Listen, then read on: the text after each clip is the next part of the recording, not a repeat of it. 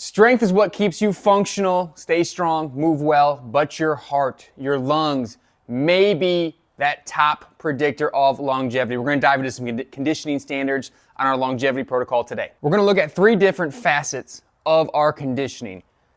Your max capacity, your VO2 max. We're going to look at your recovering ability after a hard bout of exertion.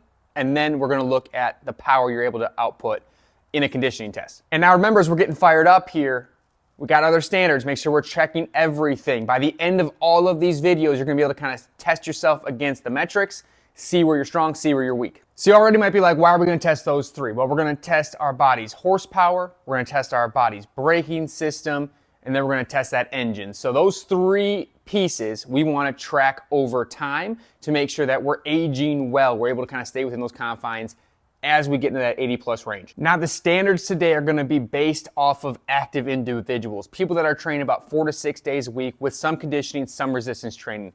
Not that sedentary population that's doing less than 3 sessions, and not an athlete who's obviously training intensely up to 7 days a week. Now for us today, it's all gonna start with VO2 max. It measures how much oxygen your body can use per minute. A higher VO2 means better endurance, stronger heart, longer life. It's the most researched predictor of cardiovascular longevity.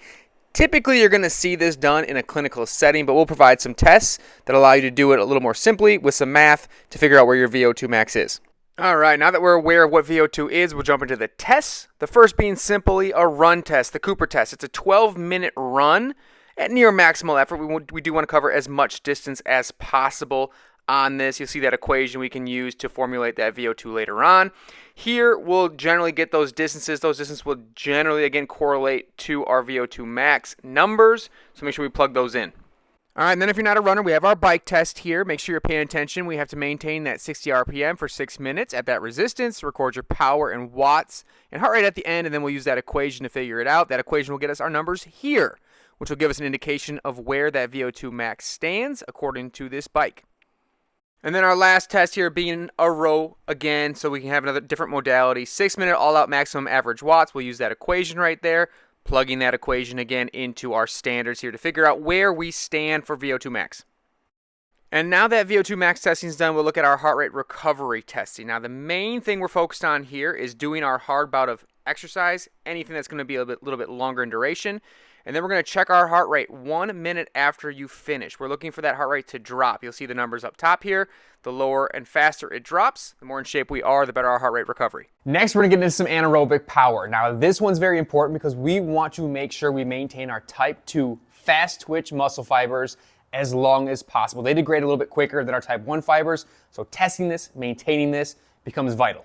Our running version is the 300-yard shuttle, 25 yards apart for the cones. It's down and back 6 times as fast as possible. You'll see the scores here just up top. Next, we'll look at our bike or row. What we're looking at here is a 30-second test, but what we want is peak wattage that you get in that 30 seconds. So the highest you hit, and then divide that by your body weight.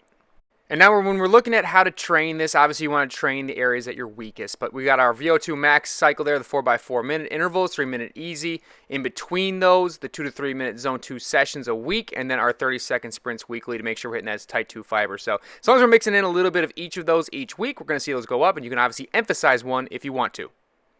So to wrap this up, your VO2 max shows that strength, that power, that capacity of your engine. Your heart rate recovery shows how quickly you can recover. Your power shows how well you move fast when life demands it and allows us to kind of track whether or not we're maintaining those type 2 fibers in the muscle over time. Test your engine, track your recovery, and protect your power. Because longevity isn't just living longer, it's living better. Now remember, if you haven't had a chance to jump in yet, this is phase number 5. We've tested relative strength, basic, more advanced. We've tested absolute strength. We've tested balance. And now we're obviously getting into some of these fitness standards. So make sure you're following along. Watch those old videos. Make sure you're sticking the course and never settle with yesterday.